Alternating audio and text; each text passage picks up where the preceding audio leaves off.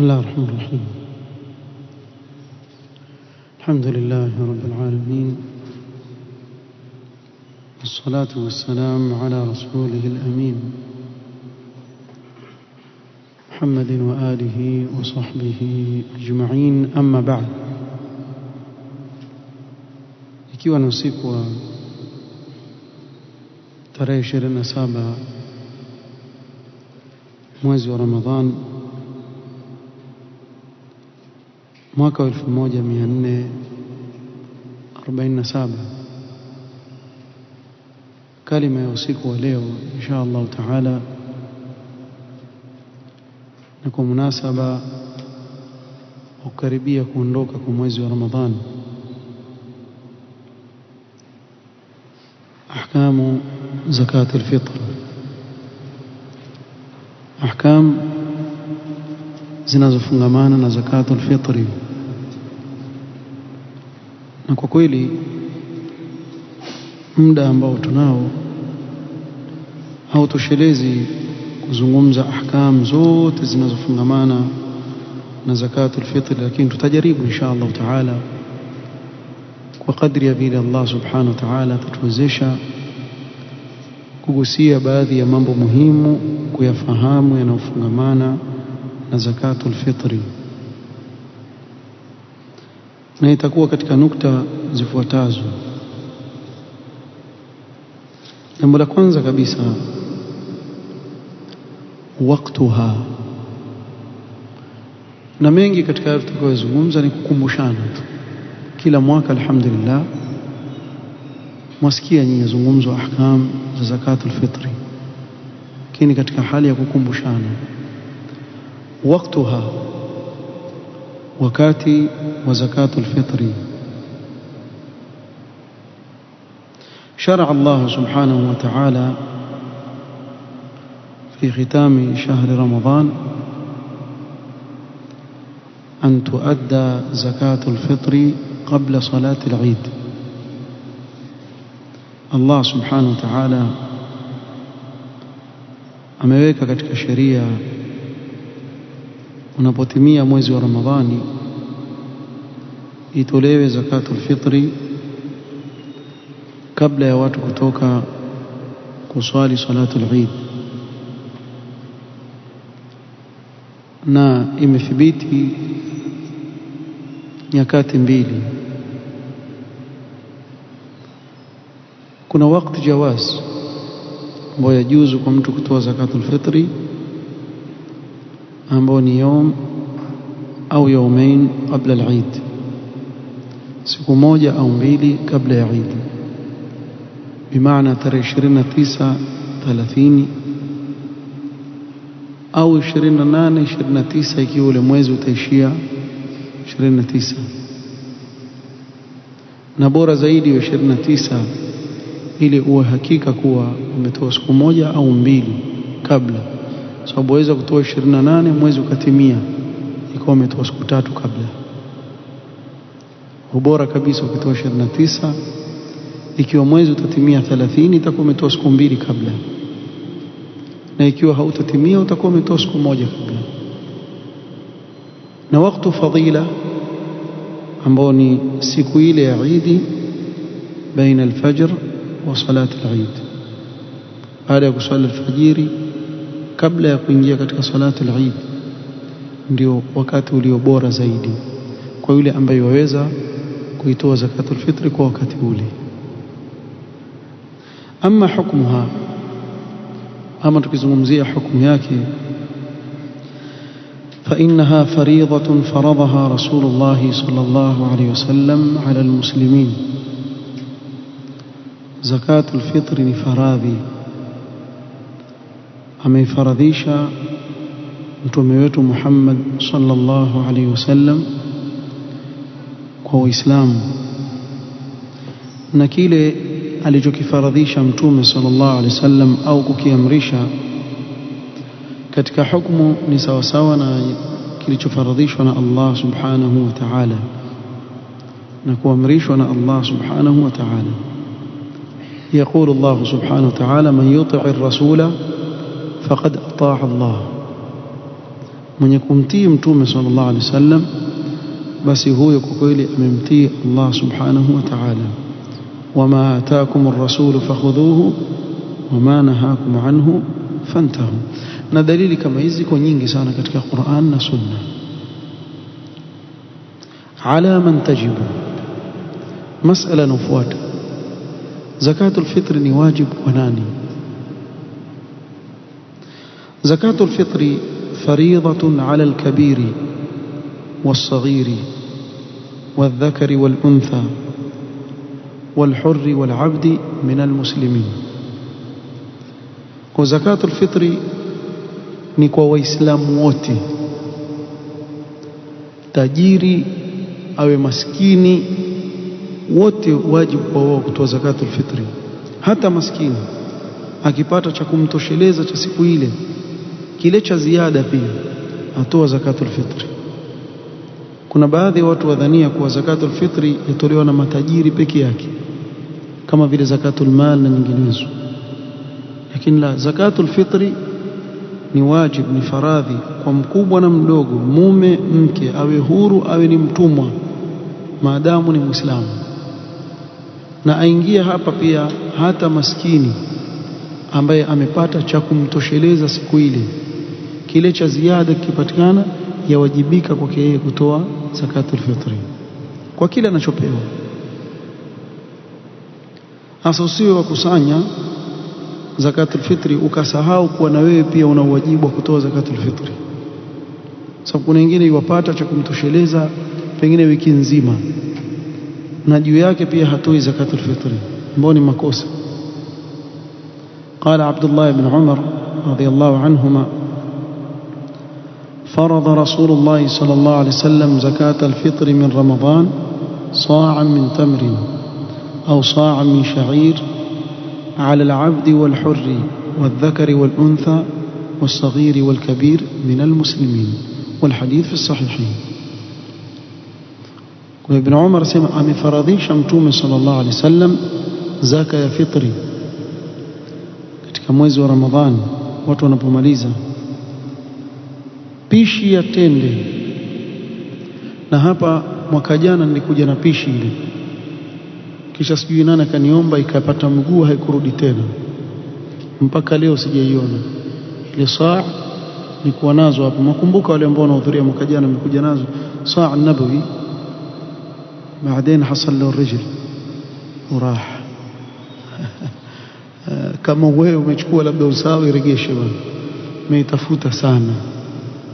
Kuna mtu nafikiri alikuja akasema mimi nitaka ile ile, sitaki kutoa nyingine, sipimi na kilo, na ile ile ya Mtume sallallahu alaihi wasallam. Kaambia iko hapo basi akaitukua akaipata ile ile, ndio ikurudi tena.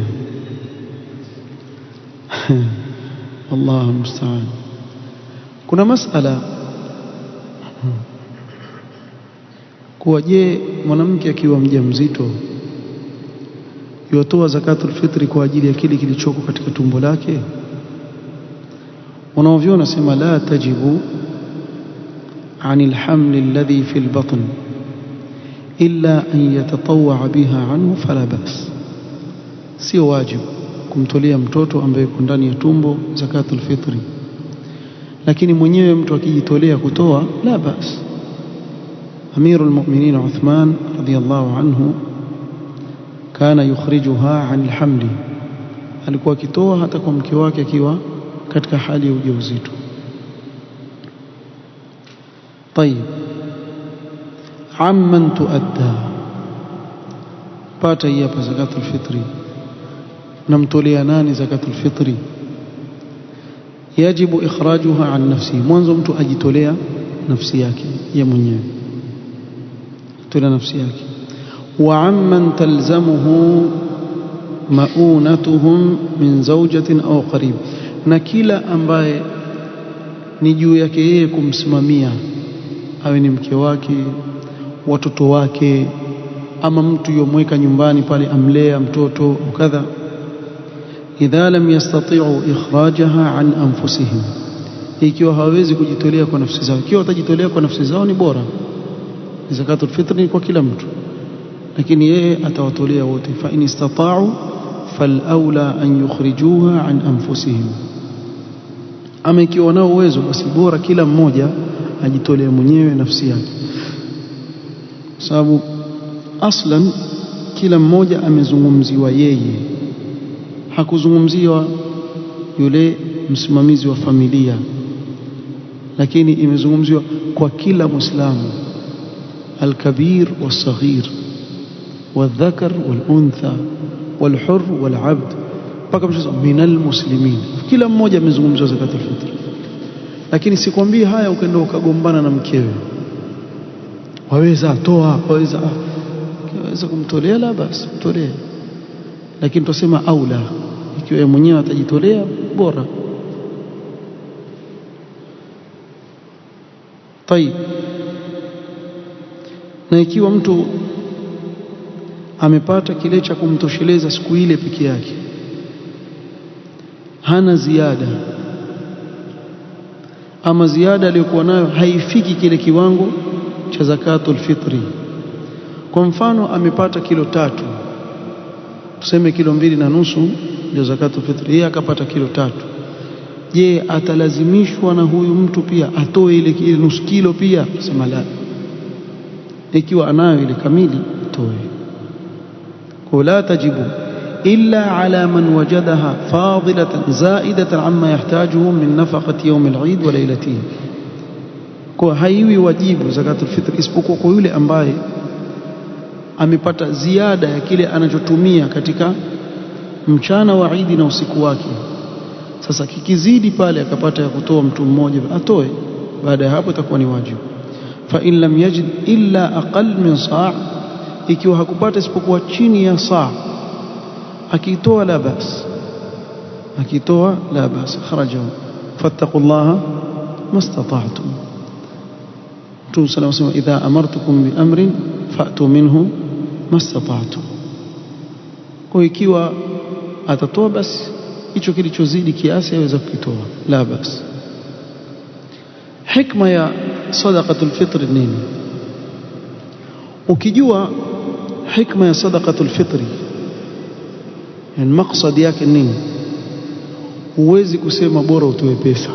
Kuna watu leo wametoka wasema bora utoe pesa, hata kumkosoa Mtume sallallahu alaihi wasallam ambaye ameamrisha kutolewa chakula. Lakini ukielewa sababu ya zakatul fitri kutolewa na hikma yake, wakati Mtume sallallahu alaihi wasallam ametaja hilo. Mtume sallallahu alaihi wasallam asema, au Ibn Abbas radhiyallahu anhu aeleza kuhusu faradhi ya zakatul fitr alivyofaradhisha Mtume sallam na hikma yake nini. Asema, faradha Rasulullah sallallahu alaihi wasallam zakatul fitri tuhratan lis-saimi min al-laghwi wal-rafath. Muislamu ni mwanadamu, katika saumu yake aweza kuwa amefanya mambo ambayo ni ya upuzi, amezungumza maneno ambayo si sawa. Basi ile zakatul fitri yatakasa ile saumu yake kutokamana na mapungufu kama haya. Wa tu'matan lilmasakin, na ni chakula kwa maskini. Kwa hiyo katika malengo ya zakatul fitri kuwa ni chakula kwa maskini, si nguo bana. Kuna baadhi ya watu sema wajua atanunua nguo. Usichanganye maqasid ya zakatul mal na zakatul fitri. Zakatul mal ni tofauti, toa pesa aende akanunue nguo za watoto, haina shida. Lakini zakatul fitri malengo yake ni chakula kwa yule maskini, sio malengo yake nguo. Alafu kuna watu yani reasoning wanazozitoa, subhanallah, hii shaira yaweza kufa isionekane tena zakatul fitri. Manake kama wakizungumza ni kama sheria imewacha kile kilichokuwa bora zaidi, ambao nini? Ni pesa. Sababu pesa aweza kuitumia kununua hiki, kununua kile, kununua hiki. Ikiwa atakununua anunue nguo za watoto na nini, hakuna shida, wewe mpe katika zakatul mal, aenda kanunue nguo za watoto kitabu. Lakini usimpe kuwa zakatul fitri waanza kuitoa nini? Pesa. Wewe utoe pesa, yule atoe pesa, watu waamue sasa tutoe ni pesa. Itaonekana tena ile shaira ya zakatul fitri ndio ishapotea kushi.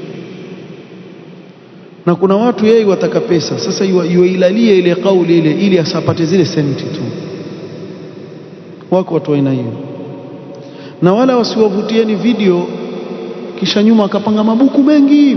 Wa mahizbi wafanya hivyo, apanga mabuku kibao kwa nyuma, kuona basi Waislamu mpaka wamuogopa. Ana mabuku mengi kweli kweli pale nyuma, hajafungua hata moja huyo. Manake yeye wazungumza pale nyuma, kuna fatawa Ibn Uthaymeen, kuna fatawa kwa mfano Ibn Baz, kuna fatawa Sheikh al-Islam. Vote hivyo vitabu vyapinga hiyo kauli yake, vyote vitabu wamebandika hapo nyuma vyapinga ile maneno anayozungumza.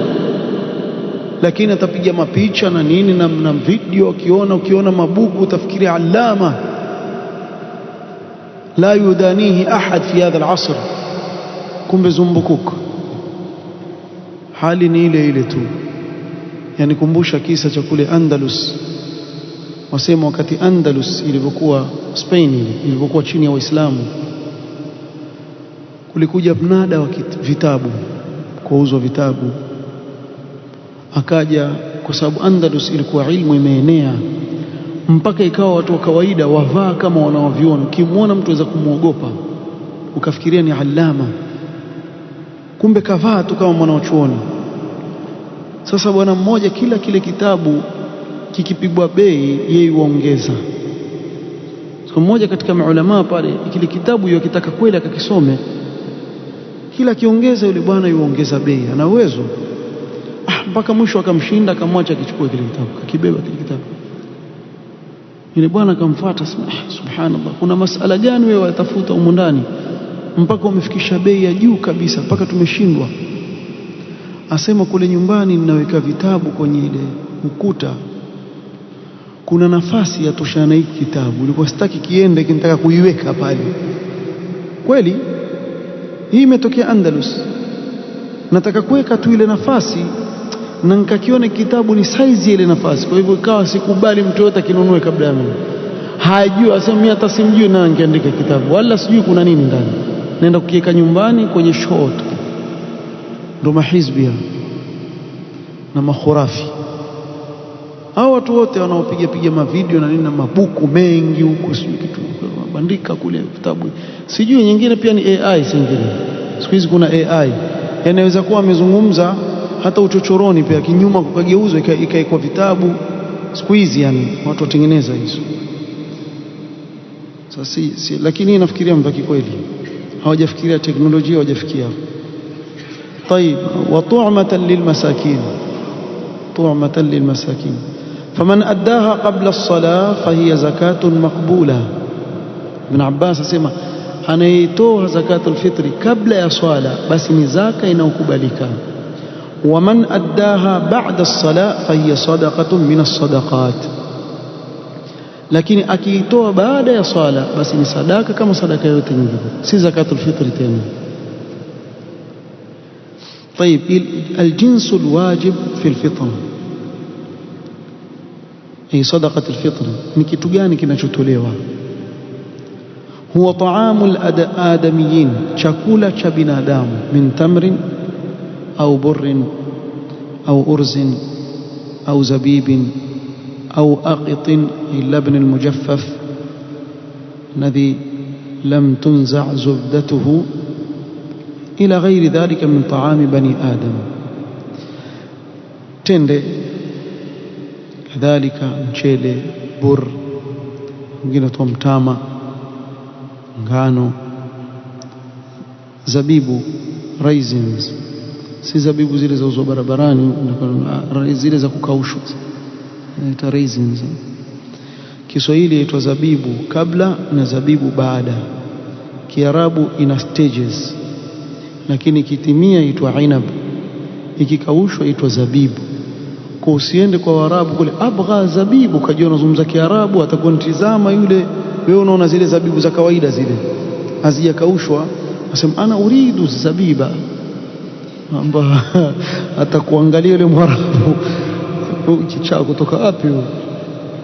Zabibu ni zile zilizokaushwa ndio zaitwa zabibu Kiarabu. Sasa zile walikuwa wakitoa wakila, ndio ilikuwa chakula chao wakati ule wa Mtume sallam.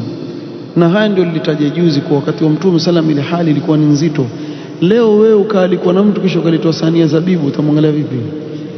Kikweli yani, ukaletwa sahani ya zabibu ambayo leo twala zabibu kama vile unavyokula mtele, utakula sababu haijazoeleka leo, sio? Lakini wakati ule alikuwa kila kama chakula. Ndio ilivyo chakula kwa. Ama tende, umealikwa kisha waletwa tende. Wewe wajua tende ni kitu chakula kama vile matunda tu, si ati ya kula main, lakini kuna watu walikuwa kila hivyo. Almuhim, leo kwetu chakula ambacho chatumika sana ni kama unga wa ngano, unga wa sima, na zaidi ni mtele baba.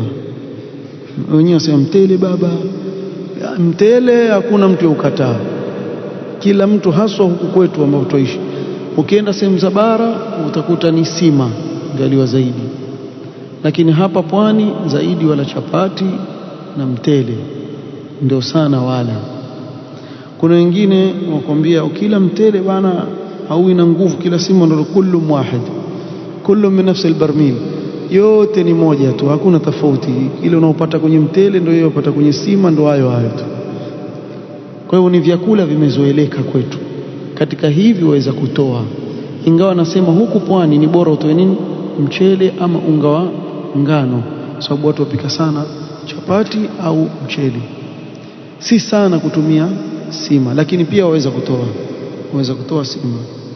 Ila ghairi dhalika min taami bani adam, chakula kile kinacholiwa na wanadamu watoa. والدليل عن ابن عمر رضي الله عنهما قال فرض رسول الله صلى الله عليه وسلم زكاة الفطر من رمضان صاعا من تمر أو صاعا من شعير، وكان الشعير يوم ذاك من طعامهم.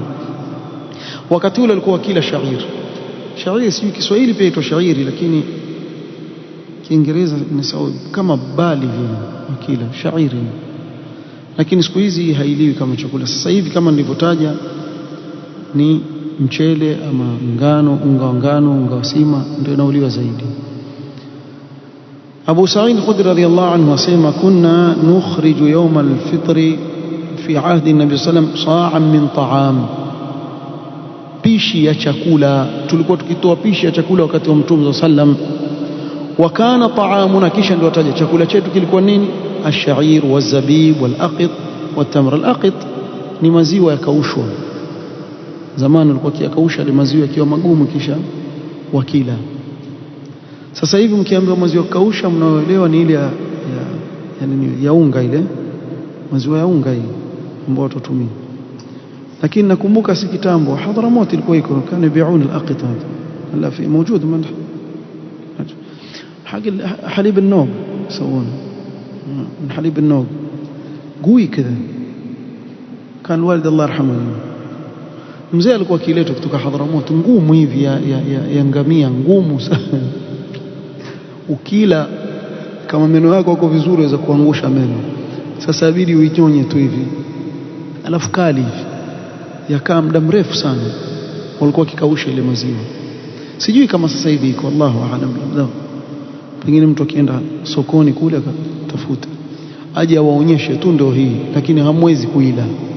Sasa ya nini ile na kuna maziwa ya mkebe yauzwa ya nido sijui nini, sahadi mimi nitaka kula hii. Hakula chakula cha watu wa zamani ni kigumu, walikuwa ndio njia zao za kuhifadhi kile chakula kisiharibike, lakini ngumu ilikuwa. طيب والصاع 4 أمداد. صاع ni mud 4, yani usema vibaba 4. والمد حفنة بكف الرجل المعتدل الكفين, na mud moja ni kile kinachobebwa na viganja viwili vya mtu wakati na kati, bi maana siwe na mkono mkubwa sana wala siwe na mkono mdogo. Kuna wengine wana vidole vifupi, mkono mdogo na kuna wengine mashallah akiweka mkono hivi ni mkubwa. Kwa hiyo huyo haisabiwi na wale haisabiwi, yatakana binadamu wa kawaida tu. Basi ukiteka mara moja hii hafna hii moja, mara 2, 3, 4, zikifika 4 ndio ishafika nini, saa. Hii moja itwa mud. Mtume sallam alipotaja fadhila ya masahaba sema law anfaqa ahadukum mithla uhudin dhahab ma balagha mudda ahadihim wala nasifa. mud ni mkono miwili, nasif ni nusu yake. Yani sahaba akitoa tende hivi, wewe hata ukatoa Jabal Uhud dhahab huwezi kumfikia ajira yake. Na muddi sasa 4 amdad, ukitoa 4 ndio umepata saa moja. Fa 4 amdad sa'un, was-sa'u 4 amdad, hivyo. Na hapa alhamdulillah iko leo ile saa, na pia wamepima kwa kilo. Wanaoviona wamekhtalifiana katika kilo, kwa sababu kila chakula kina kilo tofauti ikiwa kitatiwa katika chombo. Kuna tofauti baina ya kupima kwa kilo na kutia kwenye chombo. Kwa mfano, asali ukiitia kwenye debe la lita 5 kisha ukatia debe lita 5 maji, itakuwa uzito wake sawa? Kiwango ni kile kile, lita 5 na lita 5, lakini asali ni nzito zaidi kuliko maji, si mwenelewa kuzungumza. Lakini chombo ni kile kile kimoja, isipokuwa kwa sababu maji ni mepesi huwezi kufanya uzito wake sawa sawa na asali. Ama nikwambie hivi, tia lami kwenye geleni ya lita 5 kisha utie maji kwenye geleni ya lita 5, hivi itakuwa nzito? Kuna wengine wanaochezewa wale maswali ya skuli, kilo moja ya manyoya na kilo moja ya mtele, ipi nzito? Mimi sizungumzii hizo, nazungumzia kikweli. Ukitia lami kwenye lita 5 kisha utie maji kwenye lita 5, ipi itakuwa nzito? Lami itakuwa nzito. Sasa ndio mfano wake katika hili jambo la saa. Tende uzito wake uko tofauti na ngano. Uweke tende kwa mfano kwenye saa ile saa, uweke tende, kisha uchukue saa ile utie kwa mfano shairi. Ukiipima kwenye kilo, ile tende itakuwa na kilo zaidi. Sasa hapa ndio maana ukasikia wanaoviona wengine wasema ni kilo 2.5, wengine wasema kilo 3, yategemea alipima na nini pale. Umeelewa vizuri? Lakini ukipima kwenye kilo 2.5 mpaka kilo 3, hiyo bila shaka umefika ile saa, bila shaka umefika ile saa ya kitu chochote kile, sababu aslan ilikuwa haipimwi na kilo, yapimwa na kile chombo ambacho umeeleza, saa an-nabawi. ولا يجزئ إخراج طعام البهائم لأن النبي صلى الله عليه وسلم فرضها طعمة للمساكين لا للبهائم. Usiende ukatafuta chakula cha wanyama kisha ukawapa kuku ukasema mmetoa zakatul fitri, lazima iwe ni chakula cha wanadamu, si chakula cha wanyama. Yani huwezi kwenda kuchukua kwa mfano chakula cha mbuzi ama ng'ombe ukawalisha wanyama, la. Chakula kinachokusudiwa hapa ni cha binadamu. Wala yujzi'u ikhrajuha min athiyab, wala huwezi kwenda kununua nguo ukasema zakatul fitri kilo 2.5 ya mtele bei gani kadha, mimi nenda kununua nguo na niganze nguo, haitoshelezi. Au matandiko, ukatafuta mzigo ambao sio chakula cha wanadamu. So Mtume sallam faradhaha min at-ta'am, lazima katika chakula. Kwa hiyo ikiwa utageuza kile alichochagua Mtume sallam itakuwa isihi. Hal yujzi'u ikhraju zakat al-fitri qimat at-ta'am? Na hapa ndio je, masala, je, yafaa kutoa pesa badala ya chakula? Wanaoviona sema wala yujzi'u ikhraju qimat at-ta'am, haifai kutoa senti hata kama zile senti ndio bei ya kile chakula. Limadha? Sawa, lianna dhalika khilafu ma amara bihi Rasulullah sallallahu alayhi wasallam, sababu ni kinyume na alivyoamrisha Mtume sallallahu alayhi wasallam. Waqad thabata anhu annahu sallallahu alayhi wasallam qala man amila amalan laysa alayhi amruna fahuwa raddun. Sasa kuna baadhi ya watu kusema mimi bwana nikimpa mimi mchele na yule mchele na yule mchele, afu atapata wapi kitoweo? Wenyewe waita mboga, nyama pia itwa mboga, si hizi lugha za kutoka wapi, lakini Allah, ili watu waelewe. Twasema sheria haikukukataza wewe ukimpa chakula umpe na pesa juu.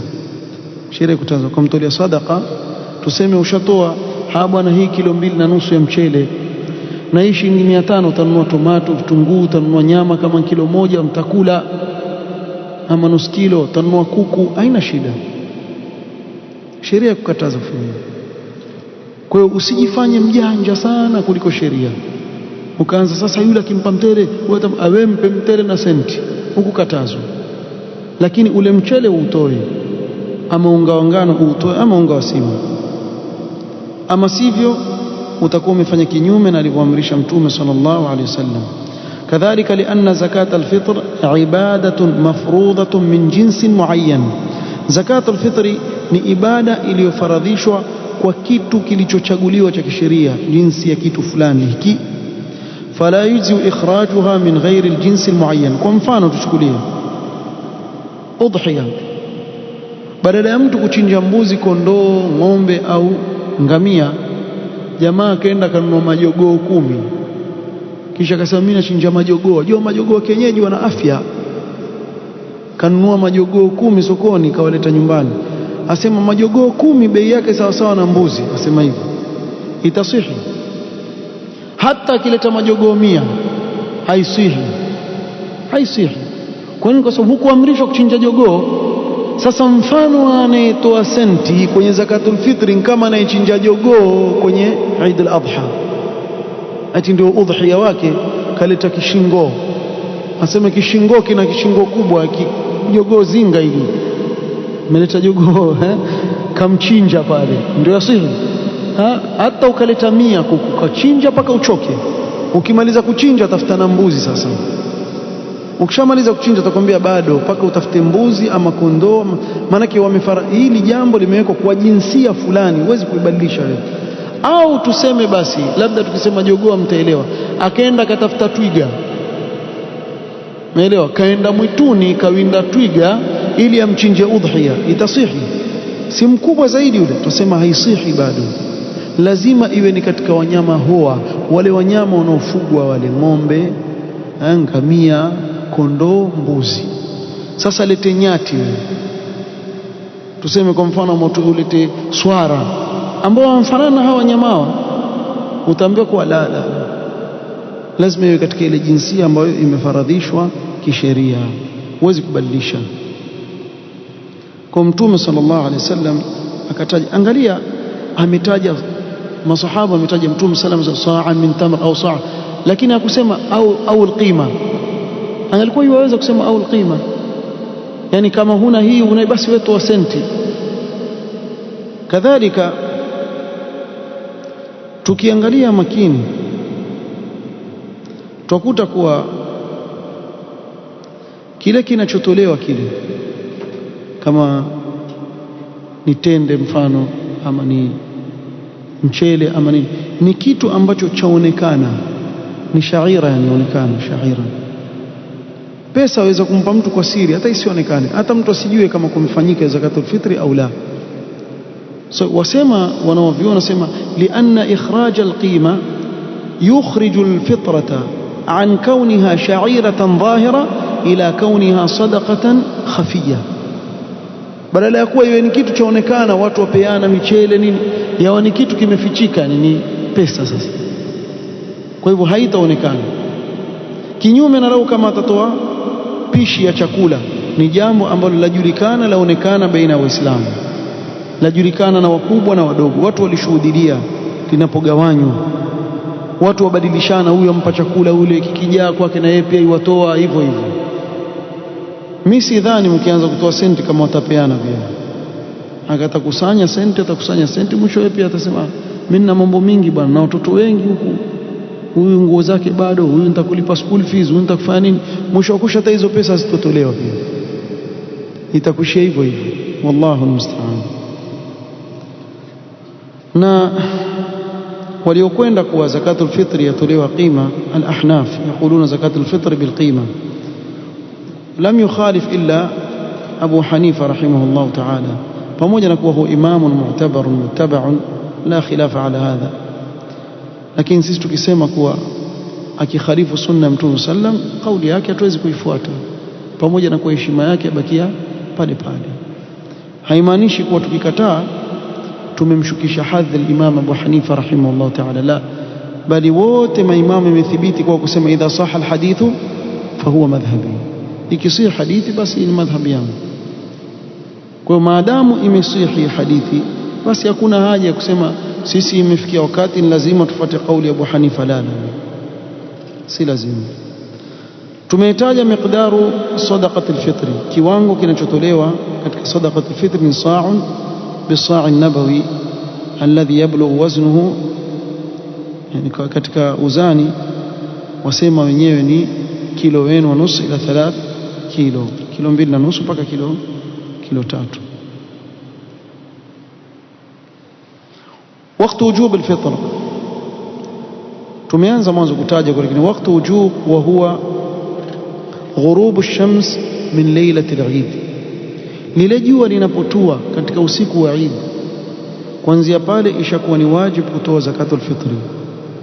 Faman kana min ahli al-wujub hina dhak wajabat alayhi wa illa fala, wakati jua linapotua, ikiwa mtu ni katika wale ambao ni wajibu kwa wao kuitoa zakatul fitri, itabidi watoe.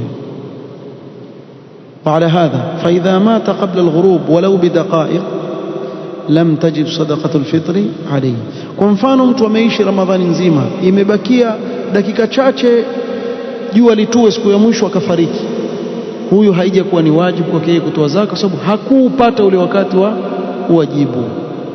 Wa in mata ba'da al-ghurub walau bidaqaiq wajaba ikhraju fitratihi, ama ikiwa atakufa baada ya maghrib, basi hapo pia zakatul fitr itatolewa hata kama amefariki. Kwa mfano mtu amezaliwa baada ya kutua kwa jua kwa dakika kadhaa, je, itakuwa ni wajibu kwake kutoa zakatul fitr au la? لو ولد شخص بعد الغروب ولو بدقائق هل تجب عليه زكاة الفطر أو لا؟ ikiwa mmeelewa hapo, ايش رايك يا عز؟ شيء هل تجب عليه زكاة الفطر أو لا؟ ها نعم انجينير سمعني، تجب عليه زكاة الفطر. طيب نعم، ليش ما تجب؟ اسمع hakuipata Ramadhani, asema hakuipata Ramadhani, lam tajib fitratuhu, sababu aslan hakuipata Ramadhani kweli. Ramadhani hakuipata kabisa, huyo amezaliwa. Hatuzungumzia anayekufa, anayekufa ameipata Ramadhani, umeelewa tofauti? Anayekufa ameipata Ramadhani, anayezaliwa hakuipata Ramadhani, umeona tofauti? Fi farq, umeelewa injinia? Ikiwa ni baada ya ghurub ndio iwazaliwa, kwa maana yake hakupata Ramadhani hata dakika moja, basi huyu hakujua Ramadhani nini. Lakini akifa, maana yake ameishi ile Ramadhani kisha akafariki, umeelewa tofauti? Lakini yusannu ikhrajuha kama faala Uthman, walau wulida qabla al-ghurub walau bidaqaiq, mathalan amezaliwa qabla al-ghurub kwa dakika 5. طيب تجب au la tajib?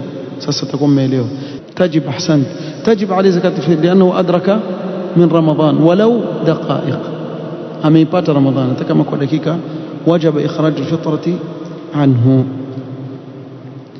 نفكر ميليه كافا. طيب، أما زمن دفعها فله وقتان كما ذكرنا، وقت فضيلة ووقت جواز. nyakati zake ni mbili, kuna wakati wa fadla mbora zaidi na kuna wakati wa kujuzu. Amma waqtul fadila fahuwa subhu yawm al-eid qabla as-salah, asubuhi ya siku ya Eid kabla ya sala ni wakati wa fadla, ni bora zaidi. Lima ruya an Abi Sa'id al-Khudri radiyallahu anhu qala kunna nukhriju yawm al-fitr fi ahdi an-nabi sallallahu alayhi wasallam sa'an min ta'am. Ngalia, kunna nukhriju yawm al-fitr, maana ni ile siku ya Eid ni في عهدنا صاعا من طعام، بيشيا شكولا.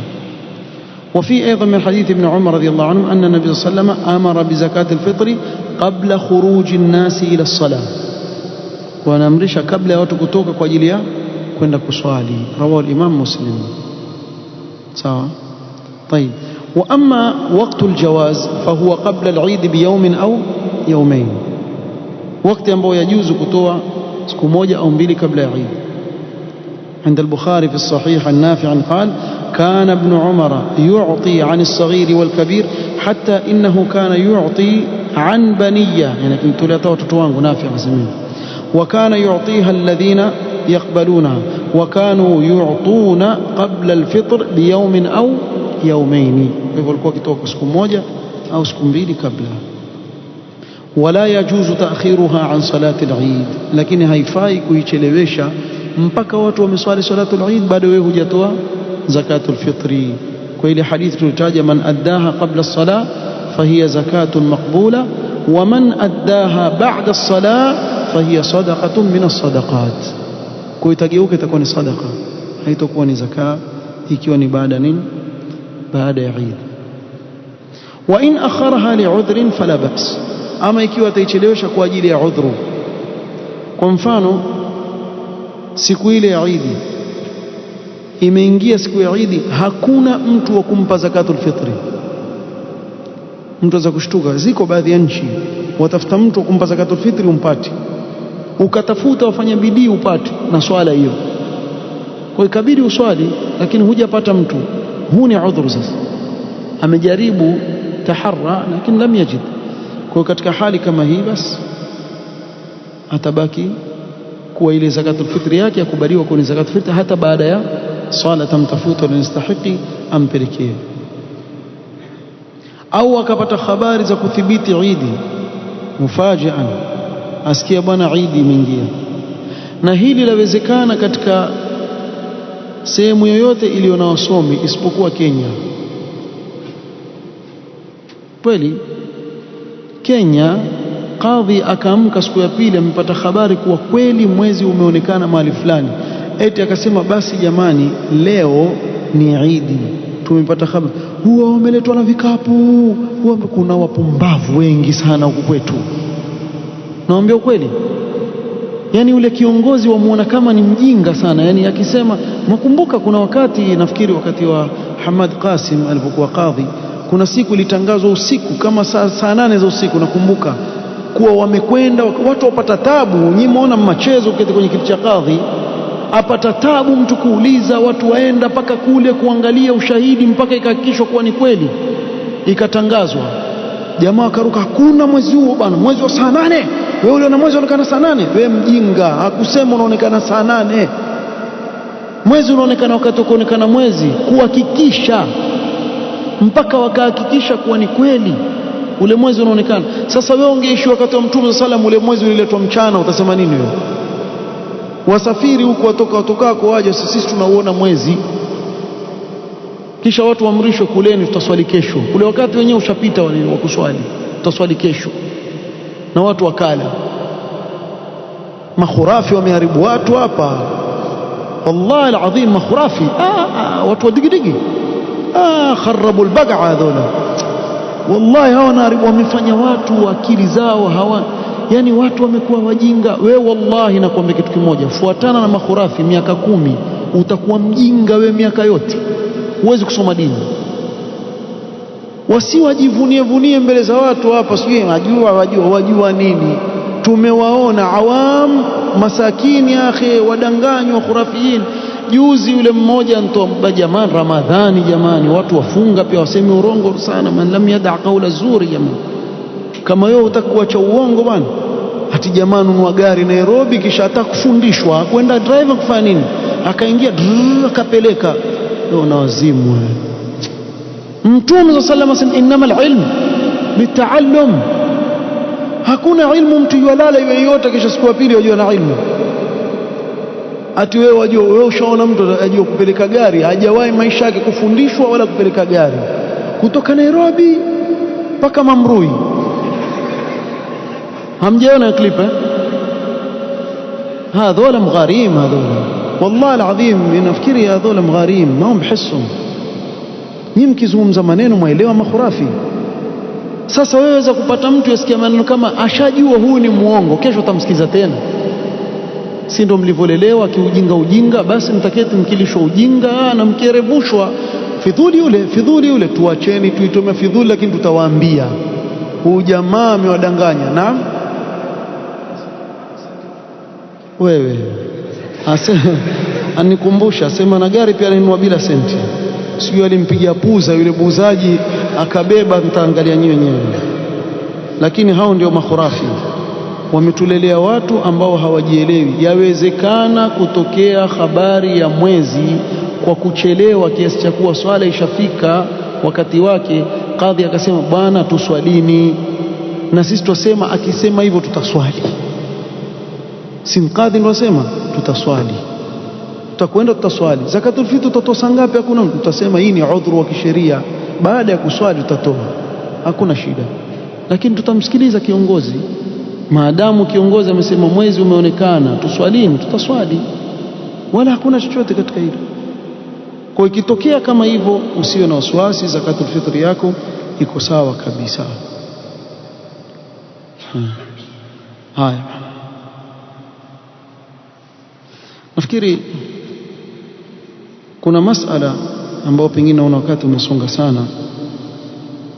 Masala mawili malizie. Makanu daf'iha, utaitoa zakatul fitri mahala gani? Tudfa'u ila fuqara'i al-makan alladhi huwa fihi waqt al-ikhraj. Zakatul fitri yafuata kiwiliwili cha yule muislamu aliko. Bimaana, ikiwa kwa mfano wewe sasa hivi uko Dar es Salaam lakini wewe waishi Mombasa, lakini wakati ule kutoa zakatul fitr uko Dar es Salaam, utaitolea kule kule Dar es Salaam. Uko Mombasa na wewe ni mtu wa Nairobi, utaitolea wapi? Mombasa. Pale pale ulipo pale, wakati wa ujubi zakatul fitr pale pale ndio utafanya nini? Utaitoa. Sawaun kana mahalla iqamatihi au ghayrahu min biladi almuslimin, iwe ni pale anapoishi au sehemu nyingine katika nchi za Waislamu. Kwa hivyo na wanaoviona nasema la siyama in kana makanan fadilan kama Makkah wal Madina, hasa akiwa katika sehemu ambayo ina fadhila kama vile Makkah na Madina, atolee kule kule Makkah au Madina.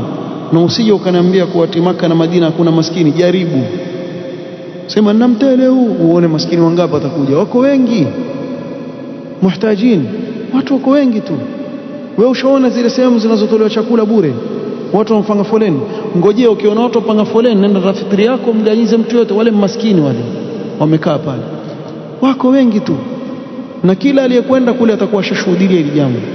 Kuna hoteli pale nje ya haram, wazunguka wauza kama kadi hivi, wanunua kama rial 100 rial 200 wanunua. Ukinunua ile kadi wapewa watu chakula bure, yani wewe husumbuki, yeye washatengeneza chakula. Kwa hiyo wewe wakilipia kile chakula kisha wenda zako, wao wataita watu, itatolewa boksi la chakula pale, utaona ile foleni iliyokuwa pale. Kuna watu wakaa Makkah pale na hawapati kula, na wakaa Makkah pale. Kwa hivyo wale watapewa katika zaka, na ni bora zaidi kuliko kwingine.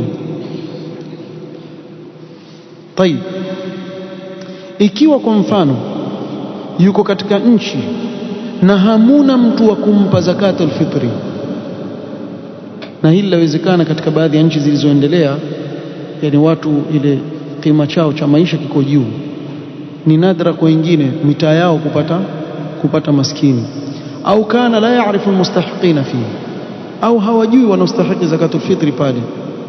Katika hali kama hii ataitoa fi makanin fihi mustahiq. Kwa ndio pale uona mtu yuko nchi ya Europe kule atuma Afrika, sababu kule kuna watu waweza kupewa zakatul fitri, kwa atuma pesa nunuliwa chakula kisha yatolewa kule, haina shida yote. Almustahiquna li zakatul fitri, ndio masala ya mwisho namalizia. Humul fuqara. Alfuqara, ukitajwa alfuqara yaingia ndani yake almasakin, na ikitajwa almasakin yaingia ndani yake alfuqara, isipokuwa kitajwa pamoja. Inna sadaqatu lilfuqarai walmasakin, itakuwa fuqara wako chini zaidi kuliko almasakin. Na Mtume sallallahu alayhi wasallam tu'matan lilmasakin.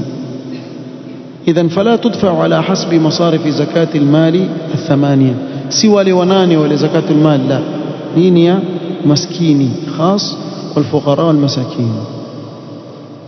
Wallahu almusta'an. Ni kwa haraka masaili yanafungamana na zakatul fitri, na hapa insha Allah taala nitasimamia. Allah taala a'lam. Subhanakallahumma wa bihamdika, astaghfiruka wa atubu ilayk.